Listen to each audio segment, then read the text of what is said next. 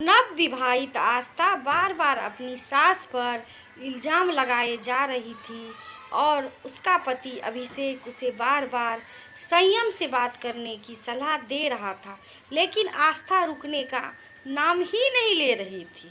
जितनी बार अभिषेक उसे माँ के खिलाफ बोलने से रोक रहा था, वह उतनी ही तेज आवाज़ में कह रही थी, मैंने अंगूठी टेबल पर ही रखी थी। इसके अलावे इस कमरे में कोई और नहीं आया तो अंगूठी कहाँ जा सकती है?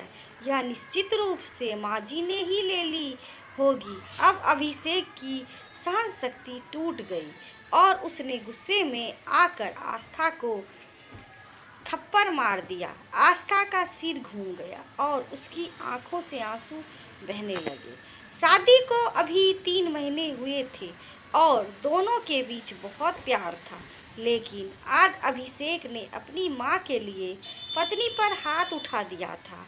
आस्था इस अपमान से पूरी तरह तिलमिला गई और बोली, अगर इस घर में मेरी इज्जत इतनी है कि सच बोलने पर मुझे थप्पड़ खाने पड़े, तो मैं इस घर को छोड़ कर जा रही हूँ। तुम अपनी माँ के साथ ही खुश रहो।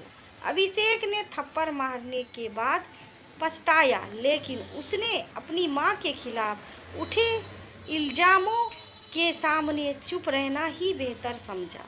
थोड़ी देर में आस्था ने अपना सामान बांध लिया और घर छोड़ने लगी। उसे सास द्वारा मिले प्यार और पति के साथ बिताए अच्छे पलों की भी याद आई, लेकिन गुस्से में जाते जाते उसने अभिषेक से सवाल किया, तुम्हें अपनी माँ पर इतना भरोसा क्यों है? अभिषेक का जवाब सुनकर दरवाजे के पीछे खड़ी सविता जी की आंखों से आंसू बहने लगे। उन्होंने देखा, अभिषेक ने भारी मन से कहा, जब मैं छोटा था तब पिताजी का निधन हो गया था। हमारे पास खाने तक के लिए पैसे नहीं होते थे। माँ मोहल्ले में झाड़ू पोछा कर जो भी कमा पाती उससे हमारा पेट भरता था। माँ खुद भूखी रहती, लेकिन मेरे लिए रोटियां बनाकर मुझे खिला देती। जब मैं खाना खाने बैठता तो माँ खाली डिब्बे में ढक कर कहती कि उसकी रोटियां उस डिब्बे में रखी है और मैं खा लूँ, वे बाद में खा लेंगी। मुझे पता था कि घर में खाने को सिर्फ मेरे लिए ही है, इसलिए मैं जानबूझकर आधी रोटी छोड़ देता था ताकि माँ खा सके।